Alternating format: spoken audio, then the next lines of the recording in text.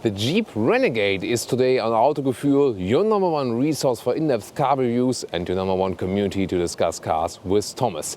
This Jeep Renegade here, well, you can either say it's a very small, cheap Jeep, or is it way more than that? We're going to find out exactly that with the exterior, interior and the driving experience. Let's go.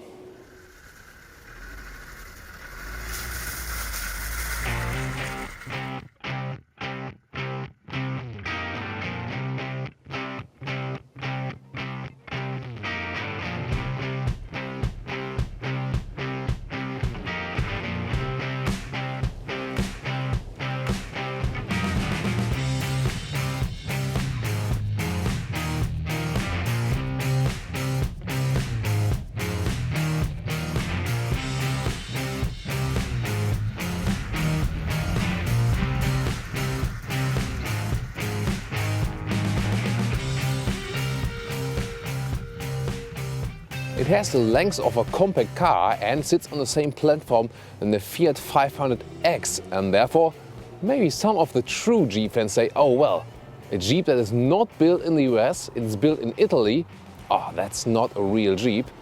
But let's just continue here with the exterior. You see, the front really reminds us at the very original Jeep. Very steep front grille, 1, 2, 3, 4, 5, 6, 7 Jeep logo. Everything is kind of powerful, and although it's not really a huge car, if you stand in front of it, wow, it does really make an appearance, especially in combination with those classic round headlights. And I think in this small or even mini SUV class, this one is the most outstanding one from the exterior. And the same accounts for the side profile. This is here the Trailhawk top trim level with this orange launch color, and the top trim level also says 17-inch alloys here with those two color scheme, very impressive. And we also got here already this kind of X scheme from old fuel cans, you know, those metal fuel cans which have this kind of schematic X on that. And we always find that in certain positions, I will show you. And contrasting mirror caps, and you see already from the side here, the car is actually really quite high. So again, not that small one, with the strong roof rails, and everything looks kind of solid. And I mean, look at the car, it's really so extraordinary. You don't have to find beautiful, but it is extraordinary, definitely. And you know, it's also not my favorite vehicle form, but I think it's just so attractive as it's unique. I would take it just for its uniqueness. And then if we continue on to the rear, what is especially remarkable, you see in the front and in the rear here, those triangle wheel arches, and that is even the most unique thing here in the side profile. Then finally the rear, again we see this X scheme here, for example, in the taillights, especially when they're illuminated. This is even more attractive than.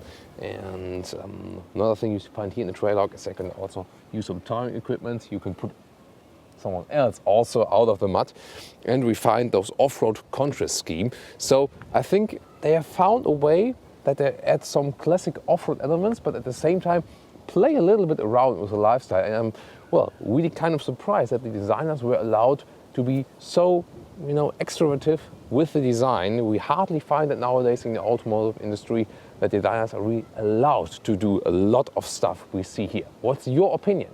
And the short engine inside, this is a 2-liter diesel, 170 horsepower with all-wheel drive and off-road gear reduction. This 2-liter diesel is also available with 140 horsepower, and there's a 1.6-liter diesel with 120 horsepower.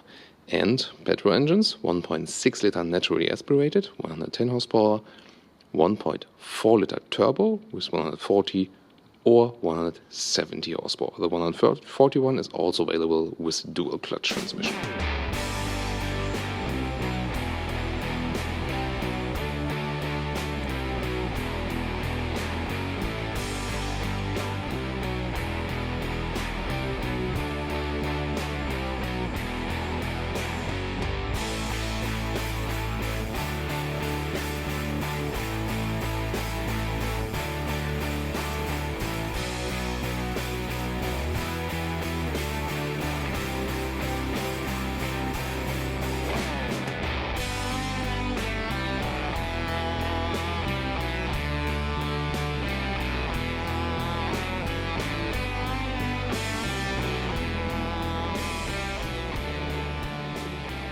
Let's take a look inside. Pretty solid door handles, I really like that. And about the seats, usually you start with cloth equipment here in the lower trim levels, and even in the higher trim levels you've got some cloth options, then optional leather again, but you know I'm against it for known reasons. This one here also says Trailhawk here, the top trim level, and I'll just take a seat. And you immediately realize it's a very upright seating position. You see it really high, even higher of course in the 500X. This is the main difference then, and you immediately got the appearance here also. Got a lot of space here in the front in this interior, and it really feels like in a real Jeep. It's not, you say, a fake deal. You get an impression that you're driving, you know, a bigger car than you expect, especially now as you got a lot of space here and got a lot of nice details you can see as well, and also just from the space you have under the ground. So in the higher trim levels you can find those contrast details, and I really think they're quite lovely and add some of this emotional character to the car. Definitely you can see it right here also in the middle console, the lower part, and everything has this kind of X form. And you know, I love those emotional details with the car. And this here is the basic cockpit overview. As I said, you've got a lot of emotional details and a lot of very interesting forms if you really take a look at that. The build quality, it could actually be higher when you look at the very details. For example, at the vents here with this rubber surrounding, and you know, when you touch it, squeeze it, feel it, it doesn't feel actually that good, but basically it's quite solid. I mean, it's definitely not premium, but you also don't have a premium price. And from what I see generally, and also if compare it, for example, to other Fiat Corporation models, I think that's already quite good here. The steering wheel, you do feel as it would be a normal Jeep, bigger Jeep steering wheel, so that adds more to this feeling that you think you are already in a big Jeep. Then you got here in the highest trim level, this car would be about 35,000 euros now. More optional equipment, seat heating is available. Let me turn on the car, you can also use it. Seat heating is available, 2 level, and also the heated steering wheel. We hardly find that in cars which cost 100,000 euros, but here it is included, optionally of course. Very well done. And then we got the GPS. Turn on the car, off the car again, and that's the ignition. And what do we actually see here then? This is normal the radio. It says Uconnect, and there's also an app for it that you can connect your phone and also see on the phone the tire pressure or something like that. Here it asks me if I want to combine the phone with that. USB source is also available here. Let me put you through the GPS. You see the map, and well, you know that maybe from other cars already, this GPS, I think it's quite okay. It's not the most one. You see the reaction times could also be a little bit faster, definitely, but I would say we just say okay. What I think is quite good, create a separate key here that we can also switch it off at any time when it gets, you know, too bright in the evening or so. Very fun thing is this here for the co-driver. It's called Oh Shit handle, and if you see they're getting some very hard off-road maneuvers, you can hold on tight there as a co-driver. Lower console part, you see there's an USB slot right there, and if I start the engine I can also show you the different driving modes. Usually I got the front wheel drive, and then this is here the top diesel variant, which is also with the all-wheel drive. I can also put 4WD lock, then we also got all-wheel drive all the time, and usually it's front plus optionally rear, you know, just when the car needs it. But when I put that one, it is fixed, it's always all-wheel drive then. And then I can also put it to different drive modes, for example to, there it is, snow. You're going to know it's accelerating smoother then, or sand, or mud. And then rock isn't directly working, you see, and that is the reason because I have to put 4WD low. This is the off-road gear reduction. And when this one is set in, and I have to put the shifting lever in neutral then, see, when it's in neutral then it's working. Then I can also go to the rock mode, and there the car is going very, very slow when you just let it roll. And about the instruments, by the way, rather classic. And in the straight hawk you see also this kind of dirt on the RPM meter, kind of funny. And I can show you how the digital screen is kilometers or miles. You can switch it directly, by the way. That's American-German friendship, isn't it? Tire pressure and consumption. You can also show here 10 liters. Well, I think it will go down a little bit, but 9 liters for this diesel is realistic. And some nice visualization for the radio. Another remarkable thing is also the roof here. You can get a glass roof, and you can also open that one. However, this one is now one you can, when you use a key here, then you can pull down this one, and then you can just retract it completely. However, it's really not necessary because you can also just do it electronically. And I'm not sure why you should actually put it out completely then. With the rear part, however, of that one, that's a little bit different because the rear part there is not removable electrically, and there you really have to do it manually. And but still, the question is, do you really want to do that? Because you have to use a special key for that comes with the car, then put it out and then store it in the back. A little bit complicated, so I think most will just use this front part or go for the glass roof. Funny thing though, that this one here also has this kind of X from the fuel canisters, from the old metal fuel canisters, fuel cans, right on the top here.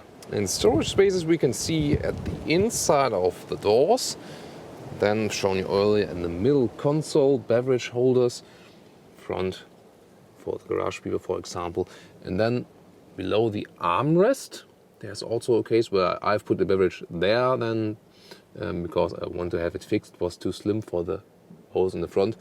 There's another USB slot right in there. Plus the standard glove box we got right here. Let's take a look at the rear here. When we open doors, they all open 80 degrees, and that leaves you a lot of space to get in the car actually. Like at the seat as I would be driving, and well, it does directly fit with my knees. You know, I'm almost 190 meters. Also headspace wise, although we got the panoramic roof, I would say I really do fit in here. But you know, that's really, really close. However, I mean, if you think about it, it's rather a quite short car. It offers reasonable space on all 4 seats here, definitely. And well, you even get a 5th seat here as well. So this is actually the reason, because again, this car has this square layout, and that offers a lot of space then on the inside. Flipping of the seats works here, by the way. I will show that quite soon. And then there's also this hatch function available. You can see it right here. When you move just a little the middle part, there's then the hatch to the back and more X bottle holders. And our American viewers will love that. You see there's a direct power plug here also in the rear. Of course usable with an adapter as well. And checking out the loading compartment, it's a little bit complicated because in the right button here closes it, and the left button below that opens it. So there it is. Actually, you know, it's quite high loading still, but still it's very easy to load then. And you see, because the car is actually quite high, you also don't have so much space in height then. However, still here very square, and so you can very well use it. You see from the length, a small suitcase does fit in there. However, you can also flip the seats. That's also not a problem. And then you can lengthen that space here. It's a two-third, one-third split. And then this is very well usable. So for such a small car, you really have a lot of space here, definitely. And to more details, for example, here, you can press it one. Well, it's not the best build quality here though. Then here you got a torch, quite nice, when you may be lost in camping or something like that. And then below that here, there's also some stuff more. For example, the emergency triangle, and also the towing equipment is right here. Let's show you. It's optional. And then you can attach it below the car. It's quite easy as well. And then there's this huge bag actually, and there you can put the retractable roof in there. And then below that there's even more space. And it's, for example, if you want to put that one in the front then to tow something. And yeah, that's kind of it then here in the trunk. Also kind of satisfied with it.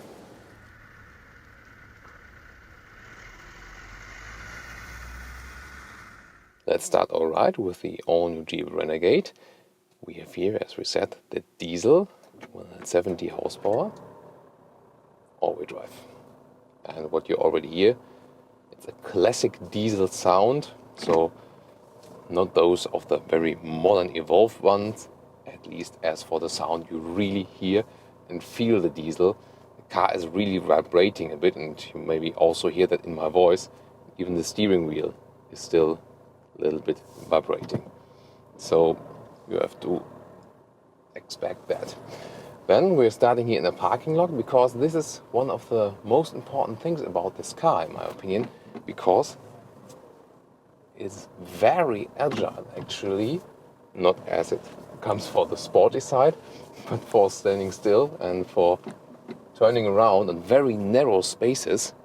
And most people will buy this actually as a city Jeep, and so it's also important that you can really turn around in very narrow circles.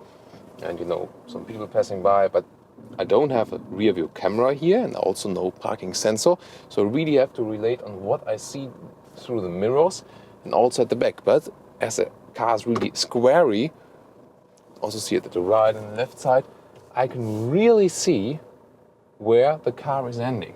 And also when I look to the mirror here now, I can also set the mirror, let's see here, electronically, that I don't hit the pavement with the right wheel. Very close here, but very good overview. So one very big plus point already, due to the high seating position, then the square layout of the car, you can really very well see where you're going actually, in even in narrow spaces. And even though you don't have any aid here in this package, of course there are also parking aids available. Then let's start with the city riding. And I must say the diesel already annoys me a little bit as for the sound. But I can soon show you it's not the worst pick, of course, because this one is the strongest engine available, at least here in Europe. Well, what else do I immediately realize when I look to the front? Because the front screen is actually so steep, you got a very good visibility also to the front. Same to the side. Do you hear the diesel?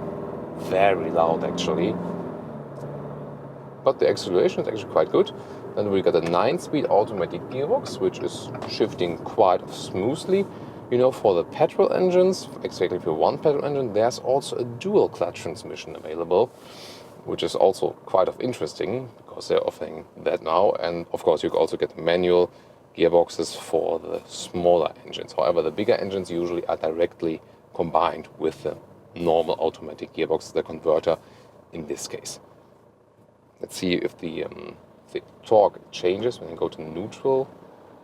Yeah, a little bit, then it's not that hard. When I go to the P mode, well, that's actually the same then.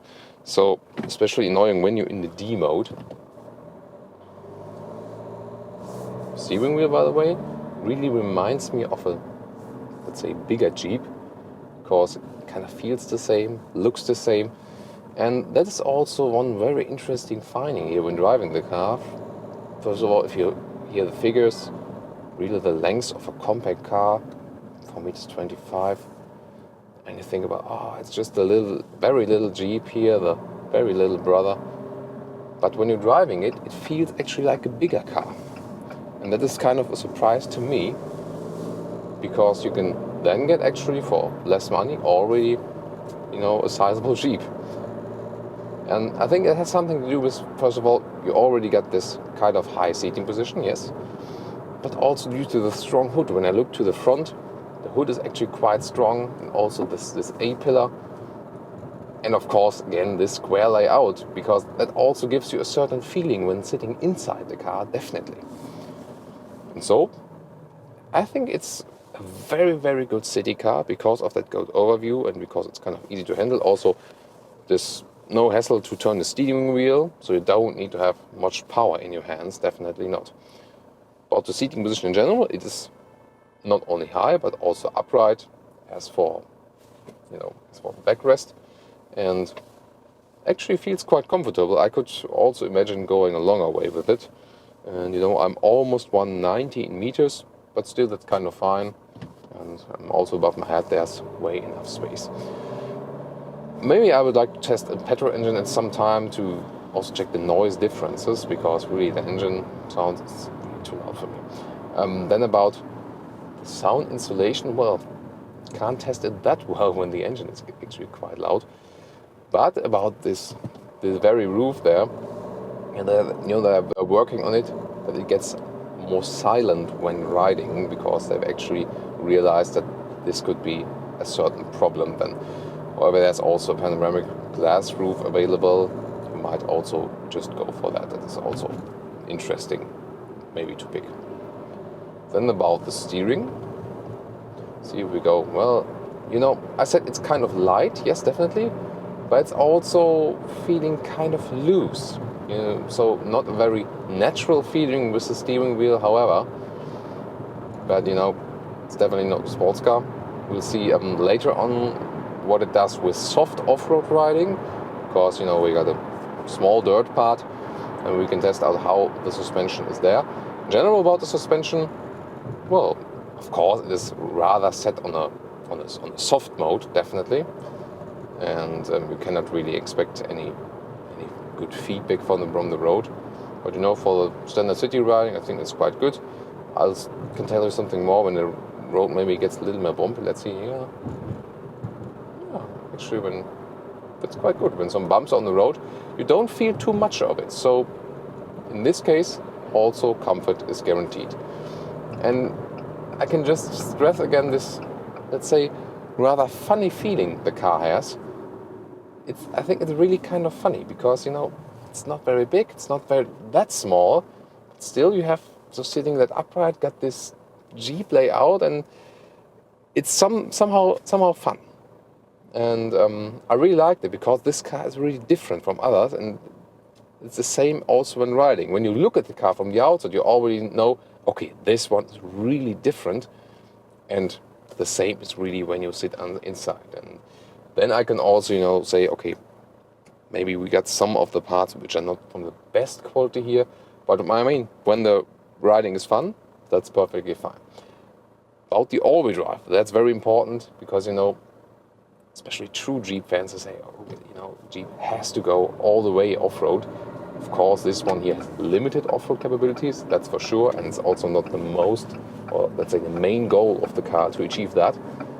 However, it has more off-road capabilities than some of the other competitors in this mini SUV class. That's also for sure. Usually when doing this street city driving here, you just go with the front wheels, and this is supposed to save some fuel, that the rear wheels are not accelerated and even burn more fuel, because the all-wheel drive usually costs additional fuel. So that's the system they thought about to save some of that. However, that's then the auto mode, but if you get some wheel spin in the front, let's say maybe in very slippery conditions, then automatically the rear axle is also activated. Maybe there are also situations where I think, okay, I want to control that myself really, and I've shown you these buttons there in the lower console part. Then you can also really decide that you really want to stick with the all-wheel drive mode. And maybe we can just test if that makes any difference now in driving, because when I put on the throttle here now, does it really feel, it's not pushing from the back, it's more pulling from the front, definitely. Let me now activate the 4WD lock. Yeah, you do feel the difference actually, it's very interesting. Don't you think it's neat that you really feel that actually? Because now, when I push the throttle, It's really pulling and pushing at the same time. And to me, it feels better actually to the car. So I'm not sure what it really does with the consumption, if it really makes such a difference, but probably I would just go with that then all the time, because it just feels more right for the car also. However, usually you should use it in off-road situations then, or maybe when it's wet on the road, also not bad. And then when it gets really rough, you can also have those different off-road modes. And also with this diesel here, the top 170 horsepower diesel, also with the one below that, 140 horsepower, you also get the off-road gear reduction, also in combination with this Trailhawk top trim level. And that's really for even rougher terrain, and so you have to be staying still to switch that then. And then, for example, also can go to the rock mode, but we'll take a look at that one when we go to our soft off-road terrain. However, usually we don't need the special off-road modes then, because the car just does it fine in auto mode. Again, about the steering wheel, by the way. Yeah, the car is actually a little bit soft wobbling around, but I think it's just fine for an off-road car. I don't expect any sporty driving characteristics here. But well, actually not too bad. It is also fun to change a lane quite quickly and hunt to some curves. So that is surprisingly well as well. So not bad. Overall, I think I can say from the driving here on city streets, really a suitable car, fun to drive, and I think one of the big surprises here this year, because price isn't too high and you can get a great lifestyle car actually for not too much money. And I think that's also the reason why this car is already kind of successful. And what about some acceleration here on the motorway? This biggest diesel available here, at least in Europe, should actually be the most suitable one for that. And let's maybe go 75 kilometers an hour and then to, let's say, 110, 120 or something like that you can see the acceleration. Okay, 75 kilometers an hour, let's start now.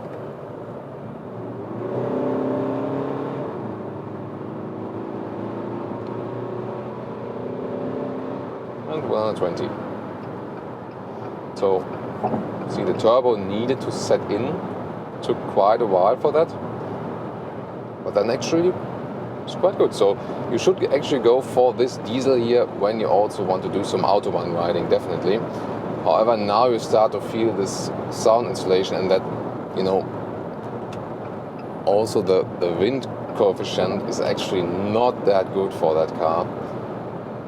Better, by the way, with the Fiat 500X, which is the sister model. Yeah, I mean, this off-road style also has its disadvantages. I'm driving 100 kilometers an hour right now. It's really getting very loud. Well, it is quite windy today outside, but still, kind of loud. And that's not only because of the roof. You can also test the cruise control. It's normal cruise control, actually quite easy to set in. And what I'm enjoying most at the moment is, by the way, the heated steering wheel. Missing in some of very high luxury cars, but here it's optionally available, and as it's very cold outside, it's all the way around the steering wheel. Not that strong at the lower part, especially strong actually at the parts where you need it most. And yeah, that is actually a very good feeling then. So now let's leave the motorway again, that we can also try the brakes and also some fast corners. Braking right now. Yeah, well, nice. You see the car is dipping in the front a little bit then, because of the rather soft suspension. Now when I'm going a faster corner, yeah, kind of understeering a little bit. Doesn't feel too bad, although the car is quite soft, just the steering wheel rather feels that. But in general, from all the different driving characteristics, generally a very solid car. Could be a little bit more silent though.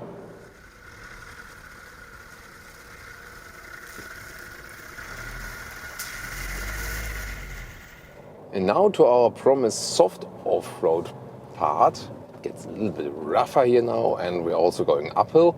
And so far I just leave it in the auto mode and hope that the rear wheels will also get some torque then. And I'm quite sure they do actually. So when you're keeping it soft off-road, you also don't have to do so much, then the car does it for you. It's actually not the problem. So, oh, you hear some bumps are on the road now, and so far it's still quite comfortable, and the car is handling it very well. Getting a little bit slipperier now, but still, of course, not such conditions where you have to say, okay, you have to switch a lot of stuff. But I think some dirt is actually fitting in this car. What do you think?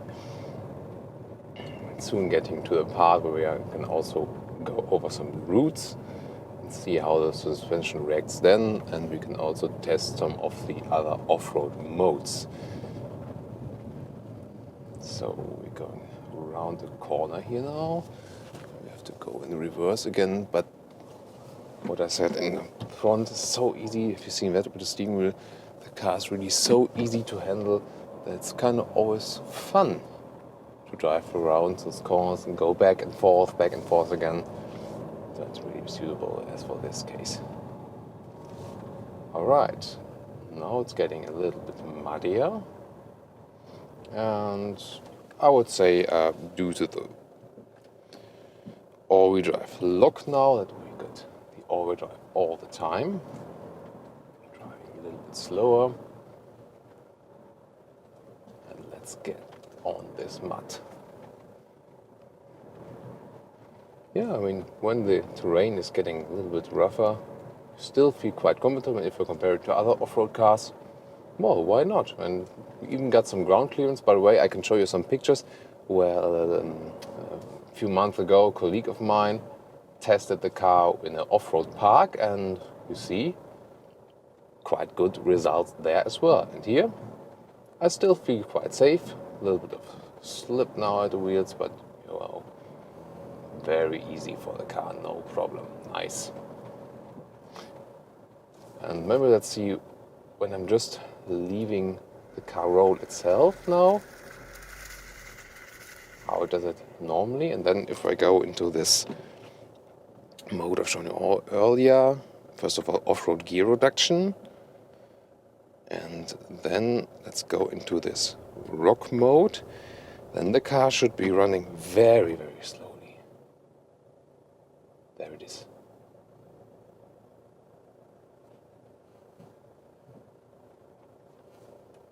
Is it really slower? Just when I let the car roll, don't feel such a difference, to be honest. However, I think you will just notice the difference when you really got the big terrain for that one. Maybe I choose mud. Also shows me the display. Nice visualization. I think mud is the proper one for this one, as we got a lot of mud here. So I think for some soft off-road, really also nice car to ride it.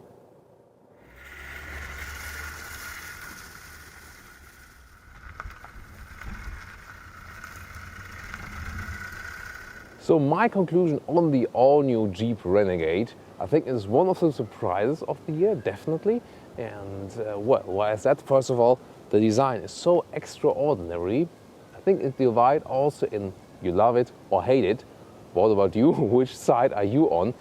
I love it, even though it's not the classic layout where I usually like very well with one or two designed cars like Mercedes AMG GT, Jaguar F-Type, this kind of cars I love design-wise.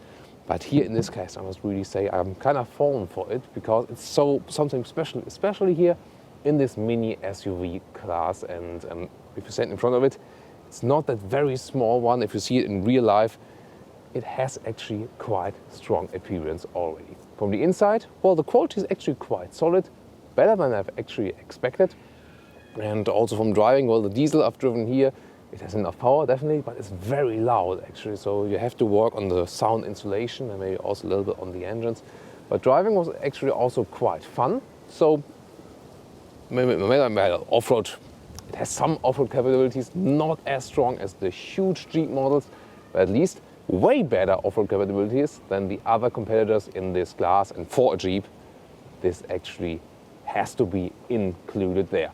comfortable ride actually, and also when we're driving a little bit faster, that was fine as well. So overall, exterior, interior driving, also the space you have inside, due to the square form, you still keep a lot of space also in the rear compartment and in the trunk. So overall, for starting price about 20,000 euros in Germany, it's 3,000 euros more than the Fiat 500X, but definitely worth the money. Of course, if you pick the high trim level here and a bit bigger diesel, you get also more expensive than 35,000 euros for this car, top trim with this diesel. But still reasonable price for this segment here, and definitely one of the very hot competitors. And it is already working. For example, I'm taking October 2015, in that month, 500 new registrations in Germany, 5,000 in Europe, and 8,000 in the US. And Germany, this is already now the most sold Jeep. Not in the US, however, there the Grand Cherokee, for example, still have double the sales figure. But for the US, it's also not a huge car, so not also fitting to everyone's needs. But definitely, this will be a success story, I'm quite sure. Thank you very much for watching Autogefühl with Thomas. I want to hear your opinion on the exterior, interior, what driving, and the general strategy of this car here. And I hope to see you at the next Autogefühl episode.